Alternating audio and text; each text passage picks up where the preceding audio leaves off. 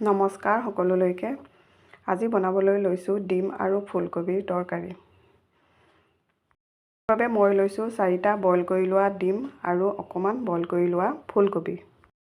প্ৰথমতে মই ডিমকেইটা অকণমান এনেকৈ উকিয়াই লৈ নিমখ হালধি সানি তেলত ভাজি ল'ম। ৰঙচুৱা হোৱাকৈ ভাজি ল'ম।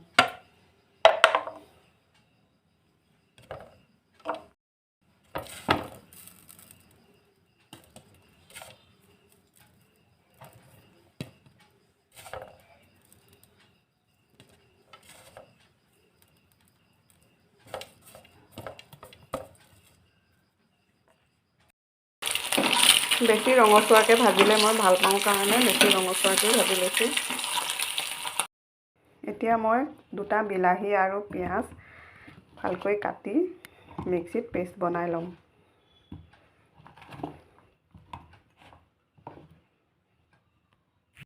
আৰু পিঁয়াজখিনি পিছোতে মই পানী ব্যৱহাৰ নকৰোঁ। এতিয়া মই কেৰাহীখনতে আৰু অকণমান তেল দি 2 কিলা তেজপাত, 2টা শুকান জলকীয়া, 2টা ইলাচি আৰু অকণমান আদা নহৰু পেষ্ট দি দিছোঁ।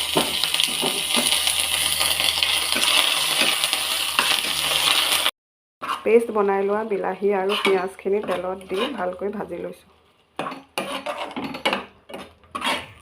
বিলাহীখিনি ভজা হৈ গ'ল। এতিয়া ইয়াত মই ফুলকবিখিনি দি অকণমান হালধি, অকণমান নিমখ,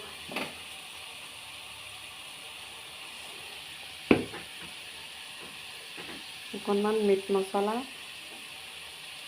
জিৰা গুড়ি আৰু ধনিয়া গুড়ি দি দিছোঁ আৰু অকণমান কাশ্মীৰী মিৰ্চ দি দিছোঁ।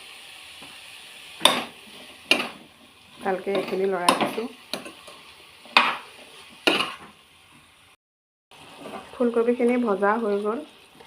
এতিয়া ইয়াত মই কুহুমীয়া পানী দি ডিমকেইটা দি দিম।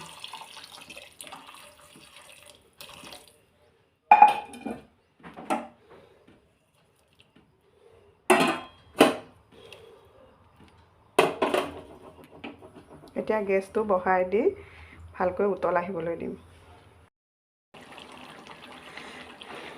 এতিয়া মই উতলি থকা তৰকাৰীখিনিত ডিম এটা ভাঙি দি দিছোঁ। এনেকৈ ডিম এটা ভাঙি দিলে তৰকাৰীখন ডাঠো হৈ পৰে আৰু খাবলৈ ভাল হয়।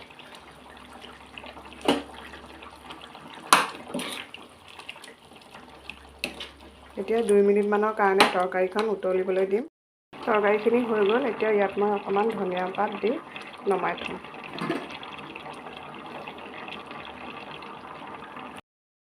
আপোনালোকৰ যদি ৰেচিপিটো ভাল লাগিল তেনেহ'লে এবাৰ এনেকৈ বনাই খাই চাব আৰু লাইক, শ্বেয়াৰ, ছাবস্ক্ৰাইব কৰি দিব।